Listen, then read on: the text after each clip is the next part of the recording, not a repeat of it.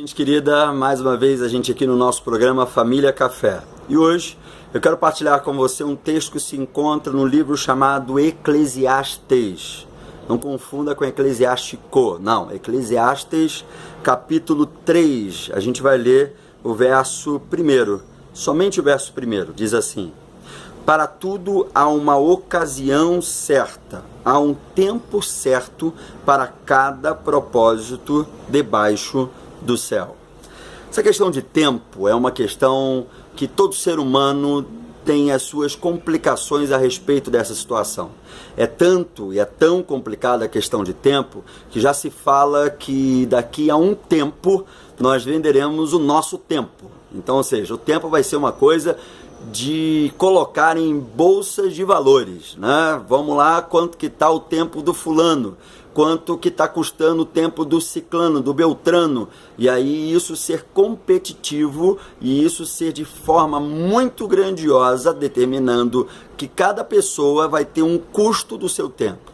Se você pensar em linhas profissionais, é meio isso que acontece no universo profissional. Lógico, cada profissional de determinado setor, de setores distintos, eles vão ter o valor do seu tempo. Mas eu estou dizendo isso de maneira geral, não só do tempo pensado como tempo profissional, mas o tempo de maneira geral.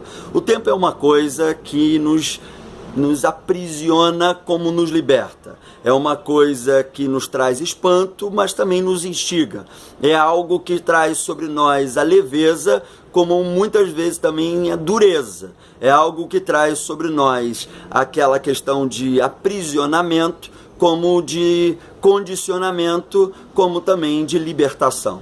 Então, ou seja, o tempo é algo que a gente não consegue de maneira nenhuma segurar. Não é como os deuses ou como os mitos com a ideia dos titãs de aprisionar, ou melhor, a ideia dos deuses de aprisionar um titã chamado Cronos, que se remetia o tempo. A grande vontade do ser humano é aprisionar o tempo, é ser senhor do tempo, é conseguir direcionar o relógio de uma maneira que o seu relógio, ou as suas vontades, melhor dizendo, as suas necessidades, as suas pautas, tudo isso seja de alguma forma, ou caiba de alguma forma dentro de um dia. Talvez você já ouviu falar alguém falando para você: meu tempo tinha que ter mais do que 24 horas, meu tempo deveria ter 36, 78, um dia deveria ter 78 horas. Talvez você já ouviu falar isso, ou você mesmo foi a boca que transmitiu esse tipo de coisa. Não dá para administrar o tempo. Mas aí eu quero dizer uma coisa para você. É verdade que não dá para aprisionar o tempo, não dá para segurar o tempo, mas dá para administrar prioridades. E aí que é a grande questão. Às vezes a gente fala: não, eu vou aprender a administrar melhor meu tempo, eu vou conseguir segurar melhor o meu tempo. Tudo isso que a gente acabou de falar aqui já está num prazo de 3 minutos. Você percebe? Não consigo. Se eu quiser voltar um pouquinho aqui, dá para editar. Mas você pode perceber, os vídeos não são editados, é direto. Então eu consigo viver dentro de uma realidade temporal e não consigo sair dessa realidade temporal. Então, prioridade é que é a pauta que a gente deveria se preocupar mais. Quer ver uma ideia? Para você perceber que o que eu e você devemos aprender é administrar prioridades. Quando eu estou empenhado para fazer uma prova, seja um vestibular, seja um concurso público ou o que for, eu vou priorizar o estudo na minha vida.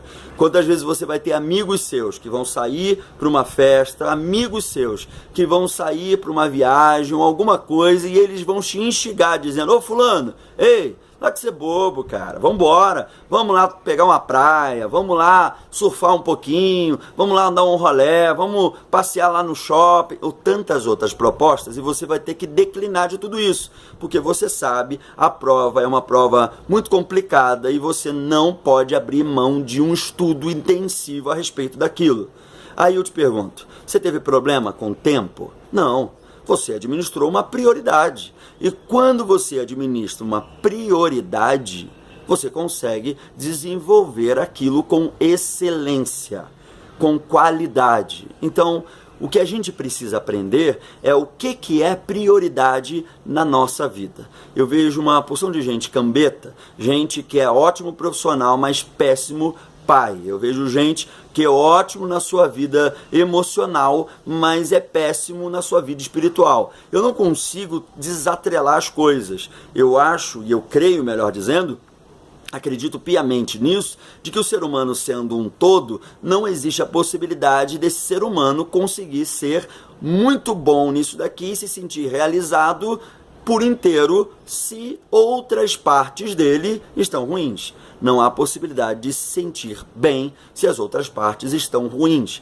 Quantas vezes você já conversou com alguém, algumas pessoas, que elas vão fazer altos destaques da sua pessoalidade, da sua individualidade, dizendo, mas eu fiz isso, eu realizei aquilo, eu faço aquilo e não sei o quê, para poder alavancar o elemento daquele setor da vida dele, para que possa obscurecer onde ele é um extremo fracassado. Pois bem, quando você prioriza, você consegue encontrar novas realidades e transportar situações que até então para você eram intransponíveis. O meu convite a você é que você realize melhor as suas prioridades. Prioridade é a capacidade de você vivenciar o seu tempo com qualidade. Então, quer ser o melhor profissional? Priorize.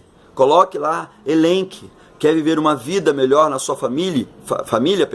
Priorize. Coloque alguma coisa que possa fazer diferença. A sua vida espiritual, a sua espiritualidade, você não pode deixar isso de mão.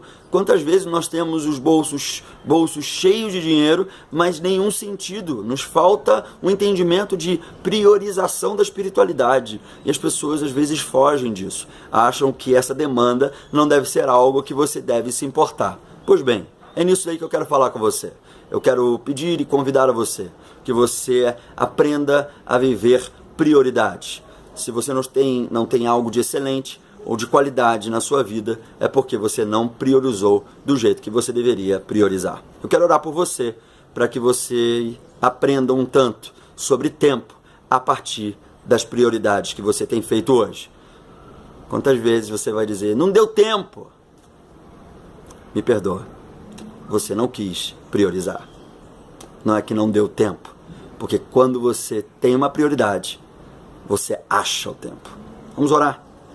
Deus, eu agradeço pelas pessoas que estão nos assistindo, mas que às vezes não conseguem vislumbrar a demanda das reais preocupações que devem ocupar a sua cabeça. E aí, fazem muito, se cansam, correm de um lado para o outro e ainda tem vazios. E ainda faltam coisas. E ainda não se realizam, não fazem sentido para si mesmos. Eu peço ao Senhor que ao invés delas quererem arrematar, controlar o tempo, elas entendam que elas precisam priorizar para que qualidade e excelência seja resultado disso que elas priorizam, dessa área que ela prioriza. A vida do ser humano é um todo e que nós possamos olhar para a nossa vida assim, como um todo, e para parar de trazer os holofotes somente naquilo que a gente percebe que é muito bom, para que assim obscureça aquilo que a gente não é tão bom ou até mesmo é tão fracassado. Eu peço que o Senhor nos ajude, no nome de Jesus. Amém. Que Deus abençoe você e até o nosso próximo programa.